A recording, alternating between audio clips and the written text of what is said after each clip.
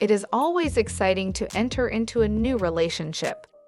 It is the culmination of long weeks spent hunting for a date with someone who is not a complete bonehead, dancing uncertainly around each other, or playing the equal part exhilarating and exasperating game of will we won't we. That said, you should know what to expect once you actually start down a new romantic path. It will not be a perfect fairy tale, but it will not be a disaster waiting to happen either. Here are the things no one tells you about starting a new relationship. Dating is awkward, uncomfortable, and sometimes boring. Hollywood suggests that dates end up being one of two extremes. Either they come to a dramatic end with one person storming off, or it is instant magic. The reality is normally somewhere in between. Most dates, thankfully, do not end with someone getting a glass of wine emptied angrily over their head. There are not many dates that end up on the other end of the spectrum either. Instead, the vast majority of dates, especially in the early stages of dating, have long pauses as both people hunt desperately for the next topic of conversation, and end up asking their date something along the lines of, "So do you like cats?"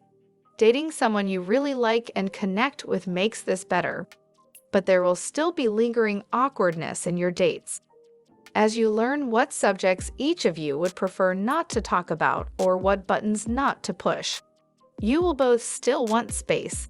If you look at a new couple's Facebook page, you will likely notice that they are together in each and every picture. This can suggest that new couples spend, or worse, should spend all of their time together. In reality, you are going to need some time to yourself. No matter how much you may love the other person, you are not going to want to have them around all the time. You will want to have at least a few minutes to yourself here and there. And your partner will make the same request of you. How much time your significant other wants alone may depend on whether you are dating an introvert or extrovert, but you can expect the request to come regardless. Finding time for each other is not always easy. Even though you will need your own space, you're going to want to spend time together.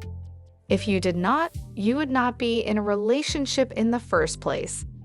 The rest of life's responsibilities, however, do not end when you enter a relationship.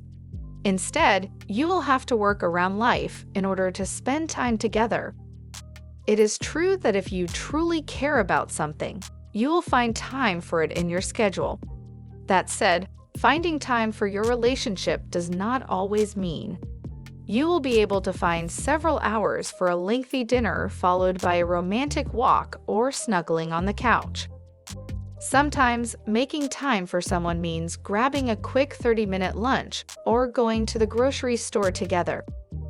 You have to relearn how to communicate. People communicate differently. If this were not the case, there would be no such things as misunderstandings. Instead, everyone communicates in a slightly different way. Those little differences, however, can add up quickly in a relationship. As such, you will have to relearn how to communicate every time you enter a new relationship. You will need to learn your partner's love language as well as all their little quirks and habits. Do they show affection through words or gifts? Do they tend to close themselves off when they are angry? Or do they want to rant and rave at anything that will hold still long enough? It will take time to figure it out, but you will have to learn if you want the relationship to survive. People might treat you differently. Some people see single people as unfortunate or deserving of pity. Others think that people who enter relationships are fools tying themselves down.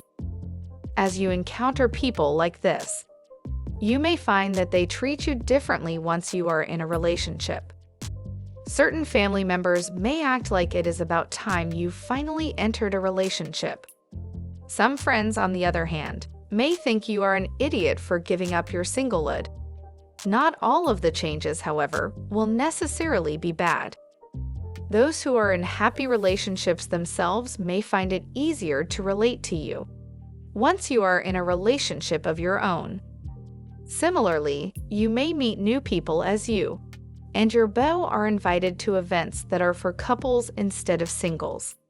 You will have to work to preserve time with other friends.